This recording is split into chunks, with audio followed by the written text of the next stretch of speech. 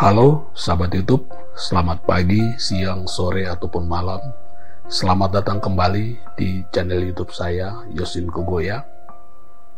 Seperti yang sudah sahabat YouTube lihat di thumbnail dari video ini, saya akan memberikan reaction atas tweet di Twitternya Presiden Republik Indonesia, Bapak Insinyur Haji Joko Widodo, pada tanggal 24 Februari tahun 2022. Pasti sebagian sahabat YouTube sudah tahu tweetnya seperti apa, tapi nanti saya akan tunjukkan kepada sahabat YouTube bisa melihatnya, dan saya juga akan membacakan tweet dari Presiden yang bunyinya seperti ini.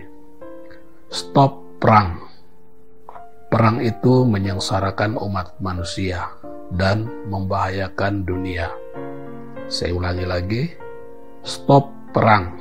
Perang itu menyengsarakan umat manusia dan membahayakan dunia.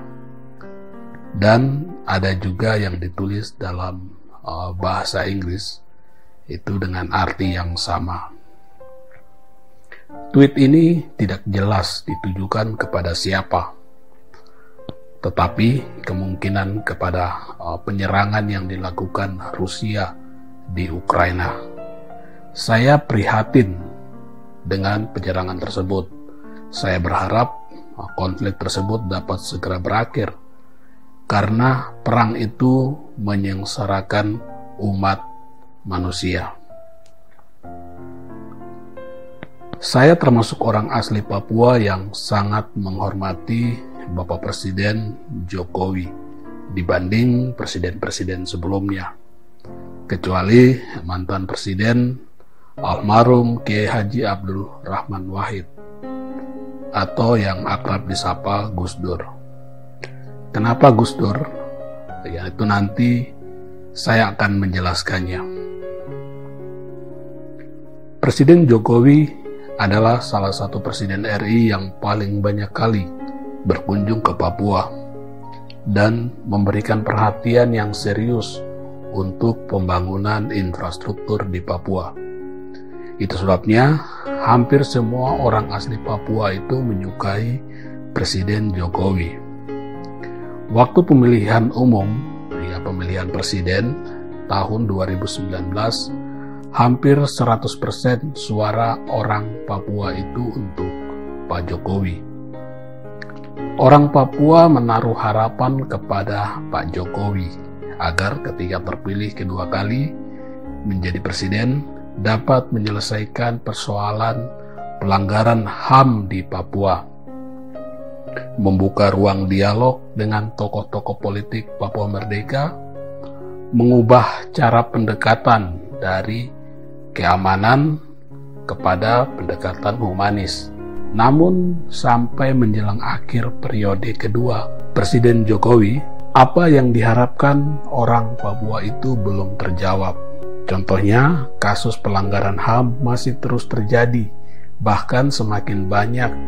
Pendekatan keamanan masih terus berlangsung, sehingga tidak ada bedanya antara pemerintahan Jokowi dengan presiden-presiden sebelumnya. Hal itu dapat dilihat dari semakin banyak aparat keamanan yang dikirim ke Papua, sehingga konflik antara TNI Polri dengan OPM pun tidak dapat terbendung. Siapa yang jadi korban? Semua jadi korban. Semua rugi, tidak ada untungnya perang, semua susah. Kalau disuruh memilih presiden, saya lebih memilih Gus Dur. Karena apa?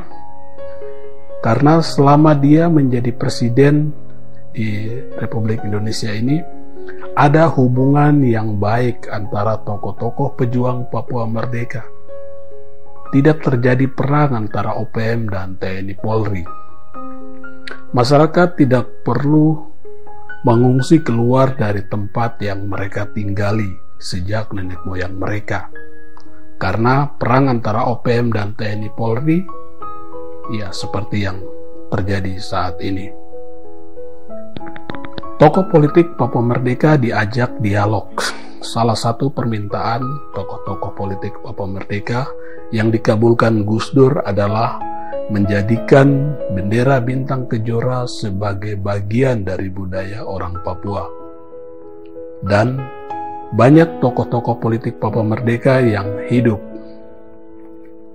Setelah Gus Dur diturunkan paksa dan kemudian digantikan oleh presiden berikutnya, banyak sekali tokoh-tokoh politik Papua Merdeka yang dibunuh.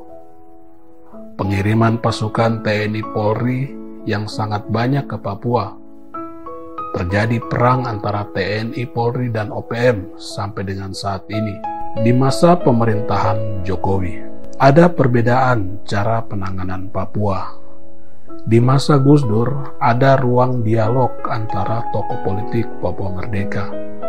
Gus Dur mengatakan Papua tidak boleh merdeka, tetapi orang Papua bisa mengibarkan bintang kejora, asalkan posisinya lebih rendah dari bendera merah putih. Hal itu diterima baik oleh tokoh-tokoh politik Papua Merdeka saat itu. Sementara di saat pemerintahan Jokowi saat ini, tidak ada ruang dialog tersebut. Kebijakan pemerintahan Jokowi saat ini lebih kepada membangun infrastruktur di Papua. Itu hal yang baik dan tidak salah, dan juga merupakan tanggung jawab pemerintah Indonesia membangun daerah yang dikuasainya. Tetapi masalah utama sampai orang Papua meminta merdeka adalah bukan infrastruktur tersebut. Apa masalahnya? Nah, hal itu yang harus dipecahkan oleh pemerintah Indonesia.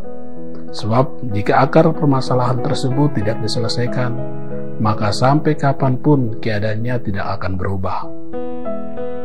Oke, kita kembali lagi ke tweet Bapak Presiden Jokowi kemarin tanggal 24 Februari tahun 2022 di akun Twitternya.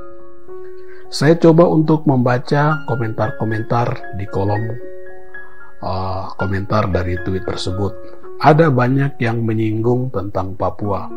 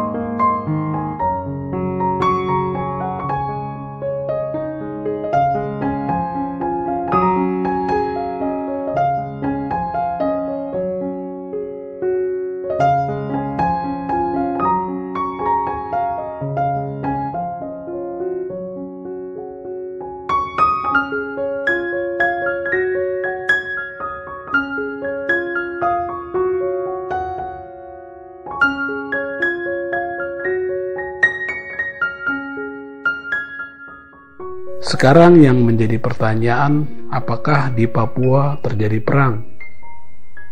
Jawabannya iya.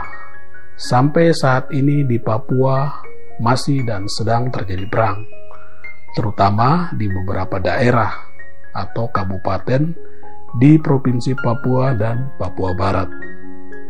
Perang antara warga negara Indonesia, yaitu antara TNI Polri dan mereka yang membentuk organisasi bernama Organisasi Papua Merdeka.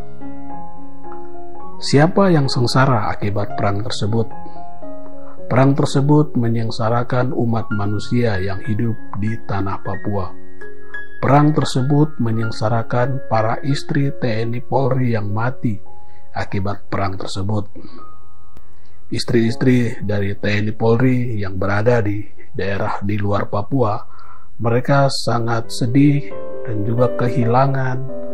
Mereka juga sengsara hidupnya karena apa? Karena suaminya yang bertugas atau yang menjadi TNI Polri itu mati di medan perang, dan itu menyedihkan.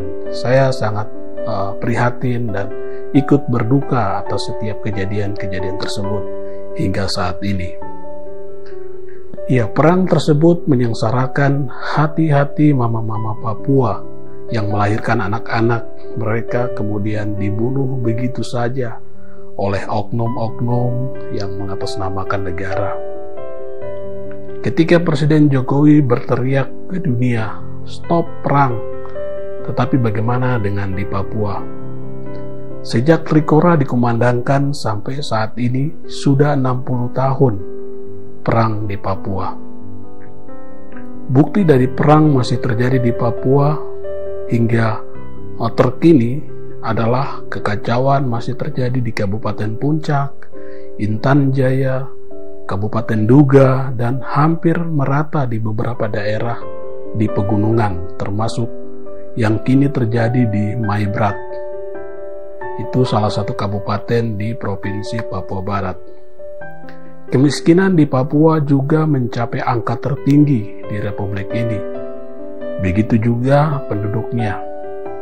Tingkat kesehatan sangat rendah. Paling memprihatinkan, situasi ini dialami oleh pengungsi-pengungsi di beberapa daerah konflik yang angkanya mencapai kurang lebih 60.000 jiwa. Jika negara ini ingin tampil menciptakan perdamaian dunia, seharusnya yang ditunjukkan di daerah ini bukan mengirim puluhan ribu pasukan, tetapi cukup mengirim puluhan atau ratusan dokter dan tenaga pendidik di daerah konflik untuk menjawab problem kesehatan dan pendidikan yang tentunya berdampak bagi peningkatan pembangunan dan kesejahteraan di Papua. Oke, sahabat YouTube, demikian tadi reaksi saya atas cuitan Presiden Jokowi di akun Twitternya beberapa waktu yang lalu. Semoga video ini menambah wawasan dan pengetahuan sahabat YouTube, dan kita akan ketemu lagi di video-video berikutnya. Salam sehat dan salam sejahtera untuk kita semua. Tetap berkarya.